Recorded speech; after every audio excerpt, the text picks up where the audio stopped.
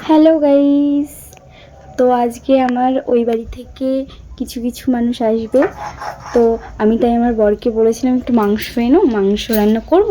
আমাদের ওই বাড়ি থেকে তো আসে। তো দেখো আমার বর এতগুলো মাংস এনেছে।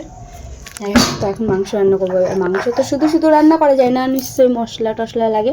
তো আসলে আমি মশলা টশলা শিল বাটাতে বাটতে আমার একটু ভয় লাগে, কারণ হাতটা জ্বলে আমার প্রচুর।